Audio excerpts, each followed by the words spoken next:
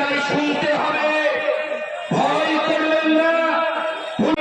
তাদেরকে বলছি, এসডিপিও এবং ওসি সাহেব যারা চেষ্টা করছেন এই রানীতলা এবং ভগবানগোলার মানুষকে তৃণমূল বানাতে, শুনে রাখুন আর বেশি দিন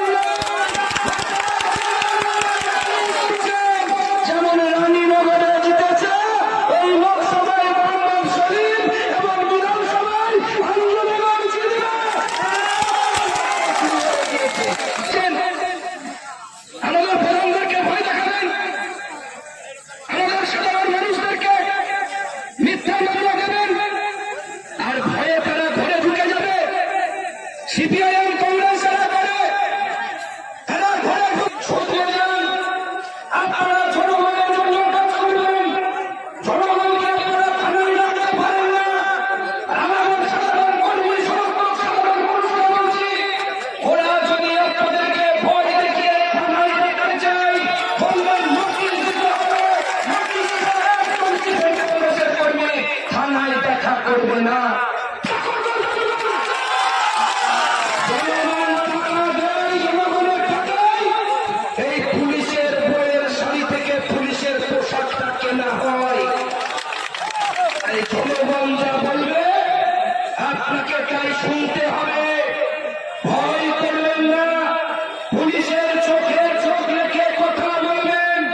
গোটা বাংলায় মেজরি গরিব খেটে খাওয়া মানুষ ঐক্যবদ্ধ হচ্ছে, আর বাংলার মাটিতে পৃথিবীর ইতিহাস বলছে যারা লাঠি খায় তারা ঘুরে দাঁড়ায়, আর যারা লাঠি মারে তারা হাওয়া হয়ে যায়।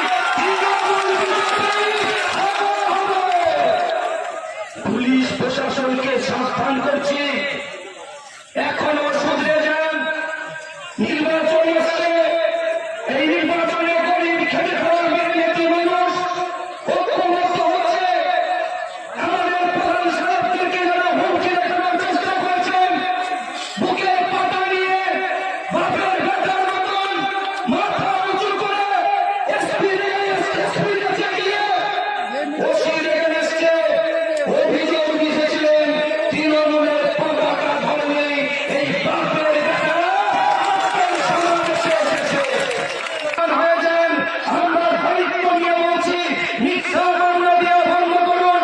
সাধারণ মানুষকে নিয়ে এসে থানায় বসিয়ে হয়রানি করা বন্ধ করুন। আর যদি না করেন, আইন আছে, প্রশাসন আছে, এই প্রশাসনকে বলছি আপনাদেরকে হাইকোর্টের বিছানা পাঠাবো। কেউ রক্ষা করতে পারবে না আপনাদেরকে। আমাদের আরো মজবুত করতে হবে, দৃঢ় করতে হবে, মনে রাখা প্রয়োজন। এই যে কয়েকদিন আগে দেখলেন গতকাল পাতিমোনা শহর এলাকায় 8টা 9টা বাড়ি